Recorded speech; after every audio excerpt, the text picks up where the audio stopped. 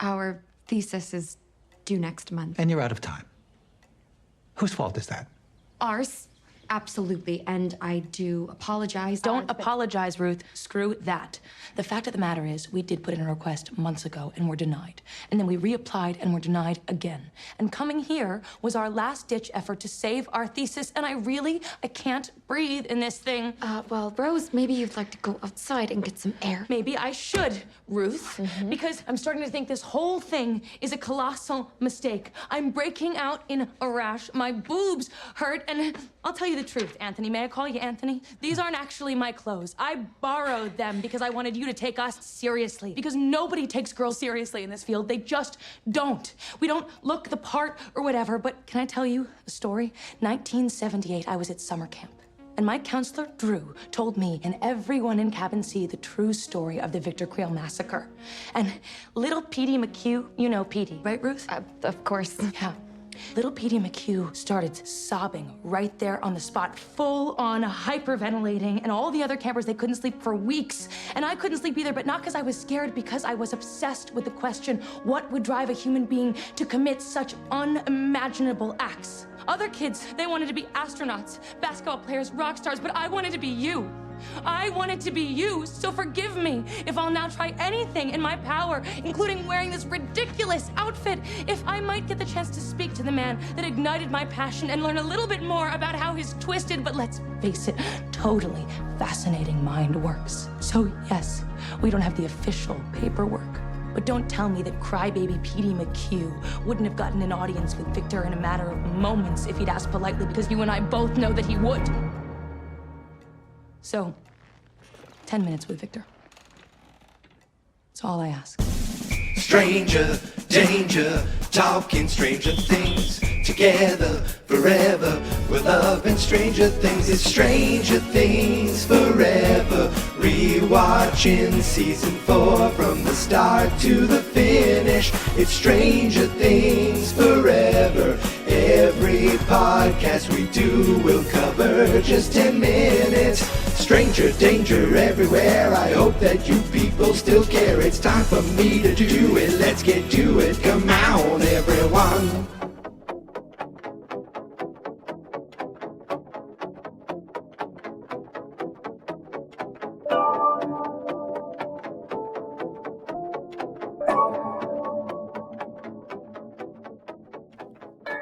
Greetings, stranger friends, and welcome back to Stranger Things Forever. I told you I wanted to get multiple episodes done this week, and yes, for the third time this week, I have delivered on that promise, and let's hope that I can continue to deliver on that promise. I know I can, so let's hope that I do. I know there's 1 week in October that I am going to be traveling. I've talked about this many, many times over the years. On actually 1 month from yesterday, October 18th, I will be driving my mother-in-law to Florida again. So we will be, that's last year was when I read the Dustin Experiment book, was on that drive down to Florida. And now this year, we're doing it a little earlier. We're going on October 18th. So we leave on the 18th from here, Massachusetts. And on the 19th, we'll get to Virginia that first day. This is how we always do it. On the 19th, we'll get to one of the Carolinas. I believe it's South Carolina, but I don't know. I know there's a Cracker Barrel that I always hit, and that's usually the day that I can watch a little football because it always seems like an early drive. And then that last day is one long ass drive through the entire, it feels like the entire state of Florida, because that's a long one. It feels like most of the drive. We're coming from Massachusetts, and yet most of the drive feels like you're just getting through Florida. And while I don't plan on, well, you never know. I could do episodes while I'm there. But what I'd like to do is record a few in advance so that I can still get them out to you that week as well. And then when I come back, it's like all hands on deck. We're in the final stretch, the final, like just about a month And then it's here, which is crazy after all these years. It's like when people watch or people are fans of movies, you wait years for sequels. It's like you're kind of, that's part of, you're used to that. I mean, there's certain movies, they'll put out a movie almost every year, certain sequels, certain franchises. But, as a kid, you'd see a movie, then a few years later, you'd see a sequel.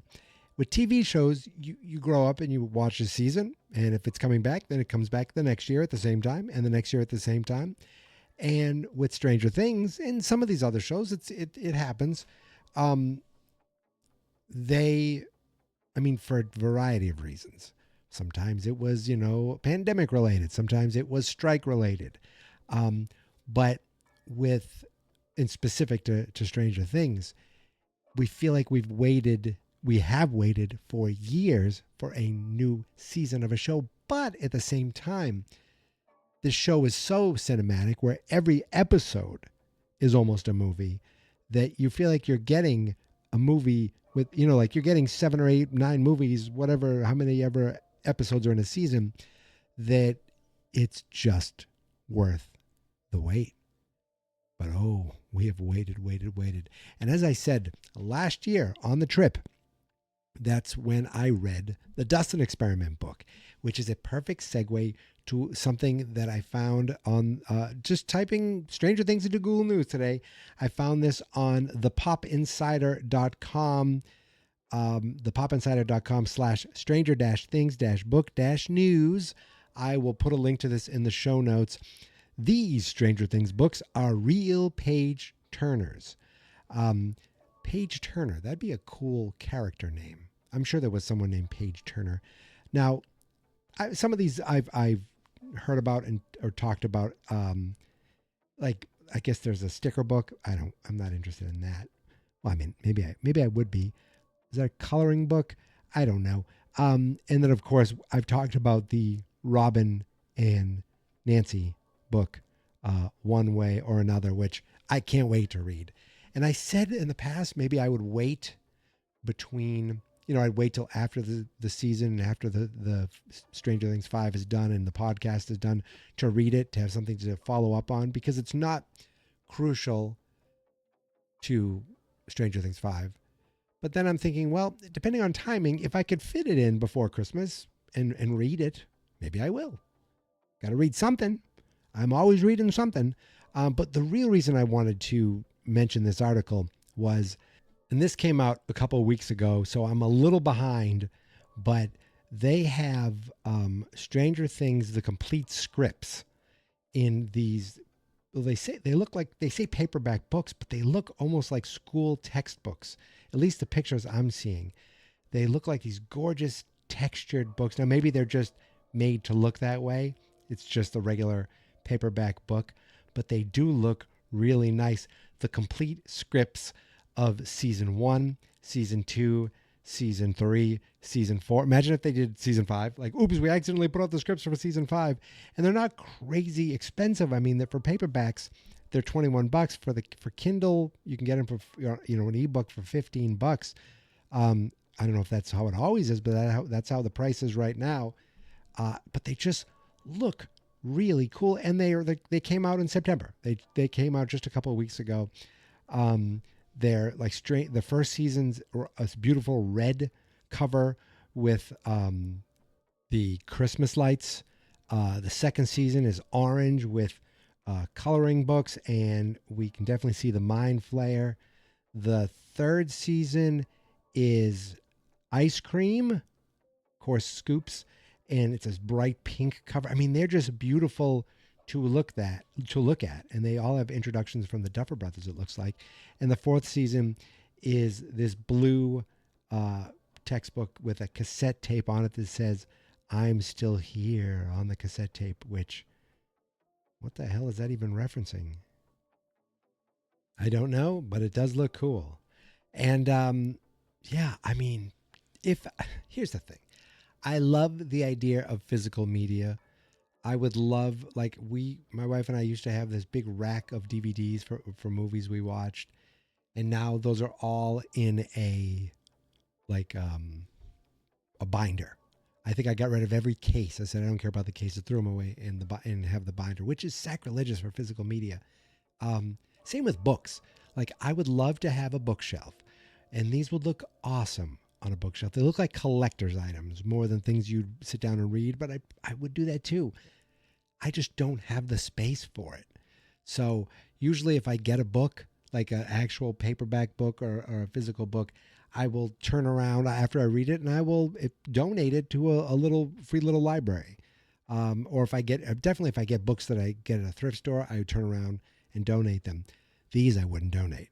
But oh my God, I need a space just for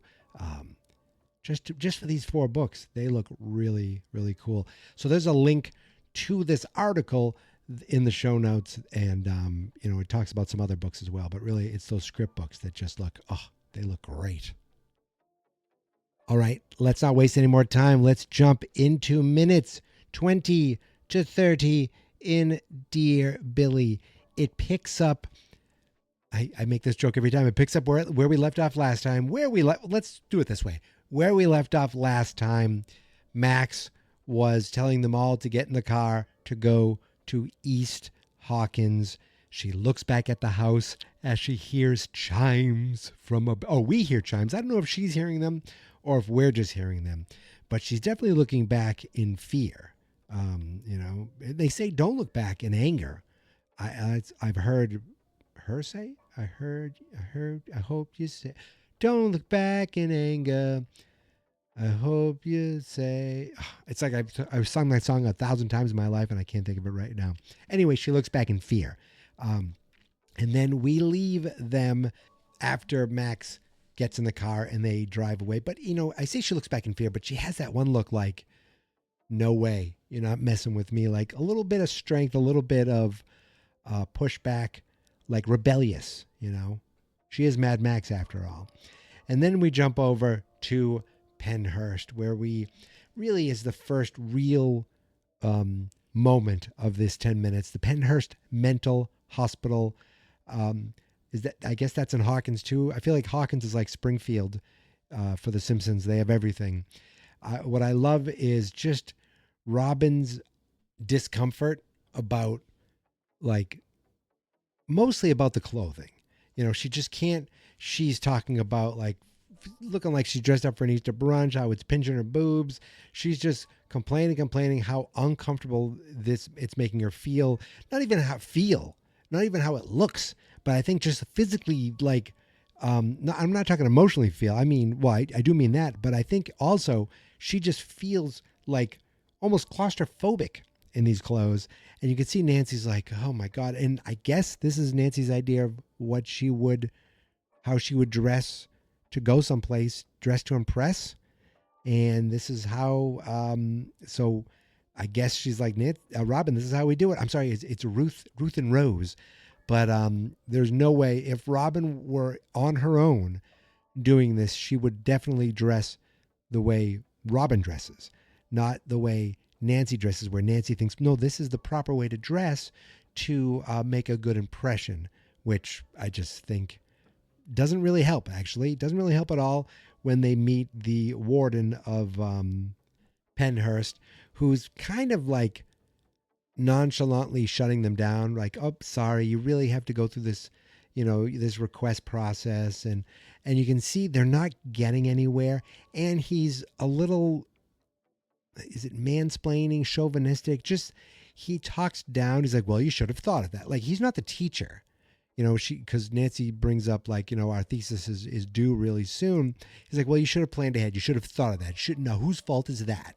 Like what a aggressive way to talk to these 2 young women who are just visiting your establishment, your institution. So this guy comes off as a bit of a dick. But what's great is that Robin kind of does stays in character, but her kind of going off starts very real, where she's sitting here watching Nancy taking all this and apologizing, and you can see her shake her head like, don't, number one, this guy should not be talking to you or us this way. Number two, you shouldn't apologize.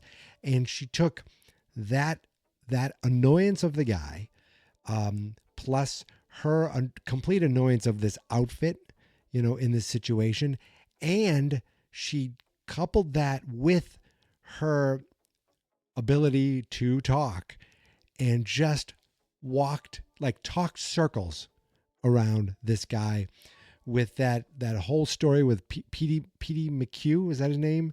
That, she went into this great detail about how she went, and I played the clip at the beginning of the episode. You know it already, and you guys already know this thing by heart, where she went to camp with little Petey McHugh, and you remember him, right? And Nancy's like, oh yeah, right.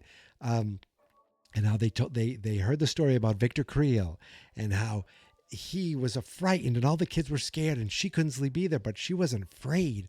She was fascinated. And when she says to this guy all these things, and I love how she goes, we did submit an application. We were denied, so we submitted it again and we haven't heard back. So this was our last ditch effort. Like, she knows that there's no way this guy is going to take the time to find out if they actually submitted.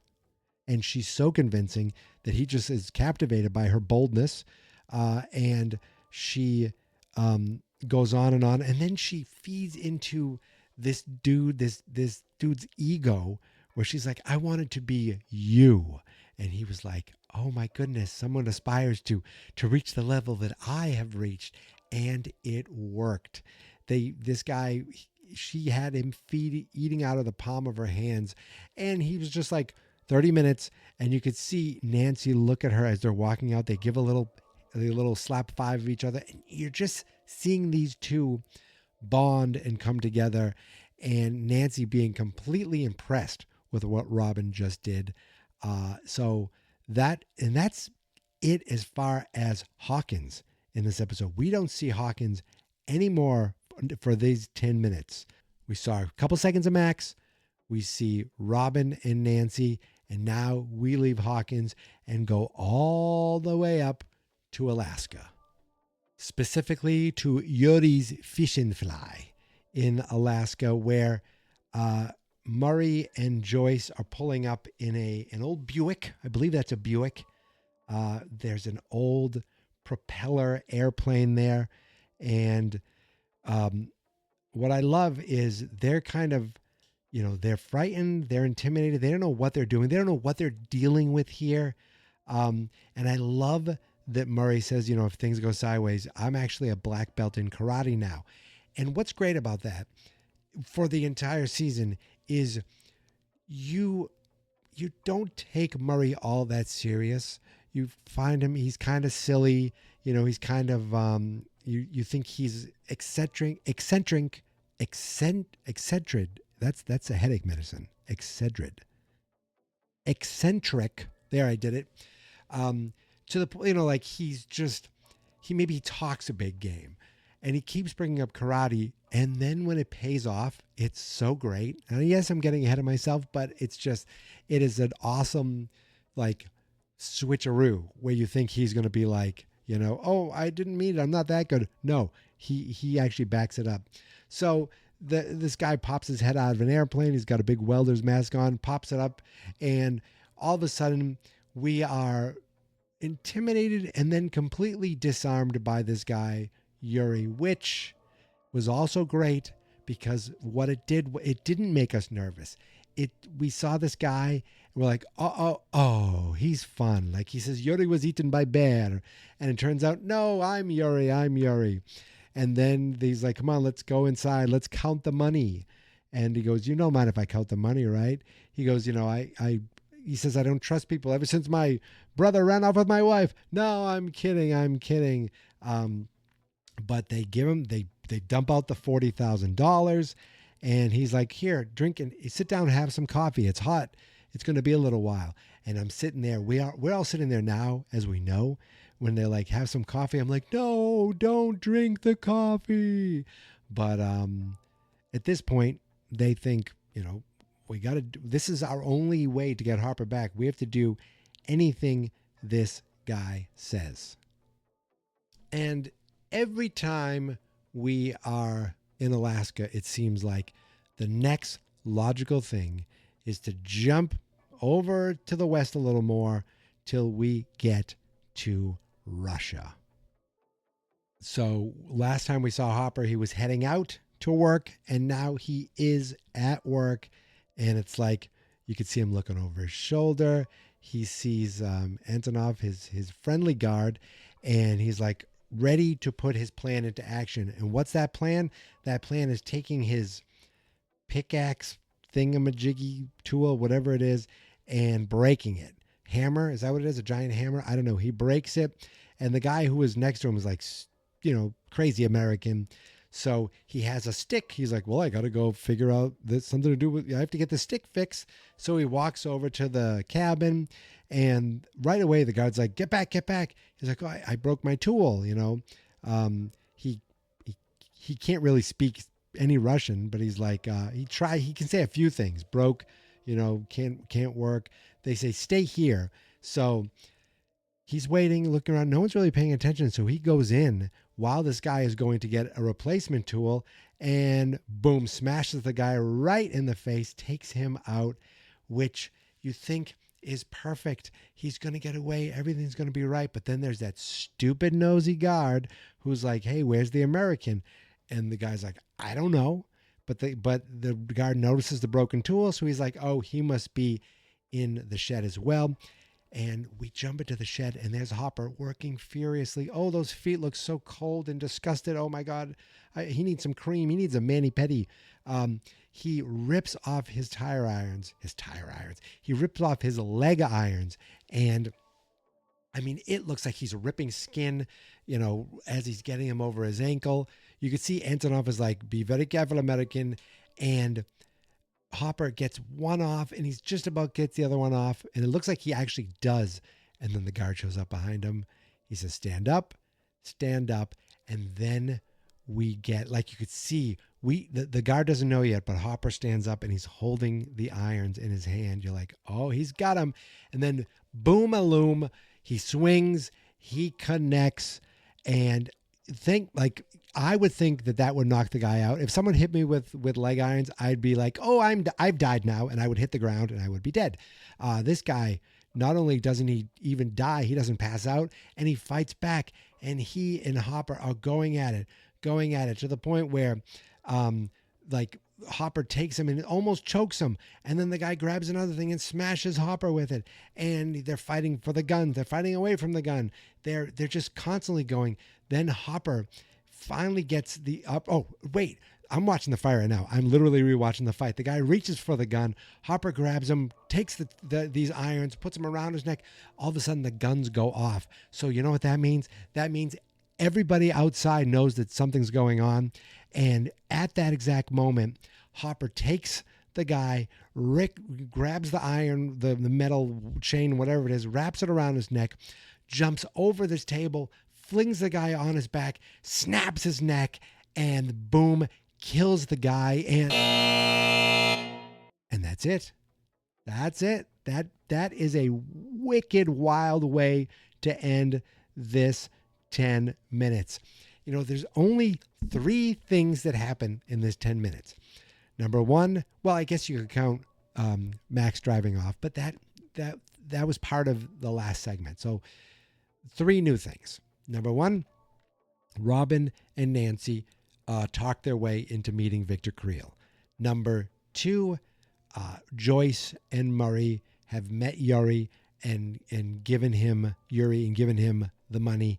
And number 3, Hopper has officially started his escape plan, and he just killed this jerkface guard. But everyone outside has been alerted because of the bullets. So he's kind of stuck in this cabin.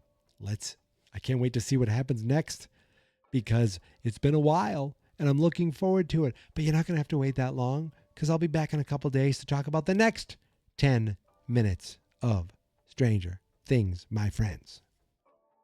But until then, you can follow me on all the socials at Geek Mentality, except TikTok, which is Geek Mentality Mike. And the show can be found on Blue Sky at strangerdangerpodcast.com.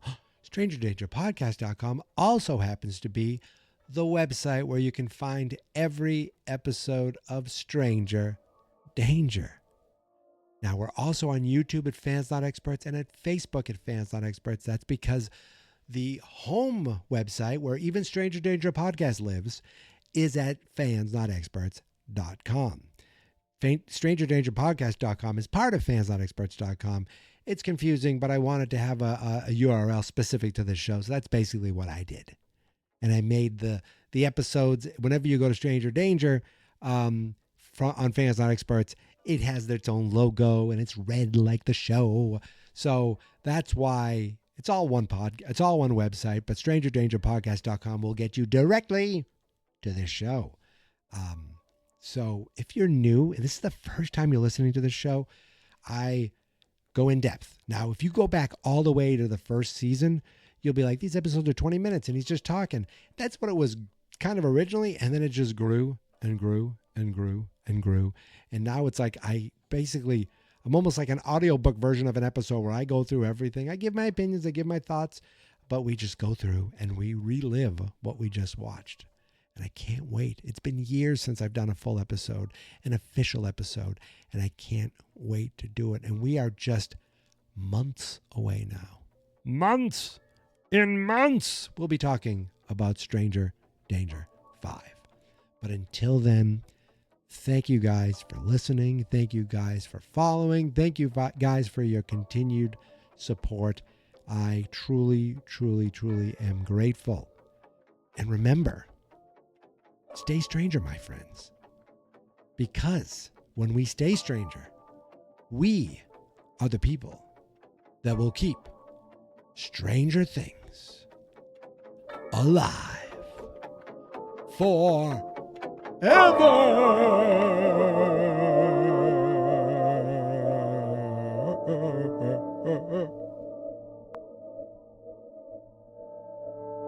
Fans Not Experts.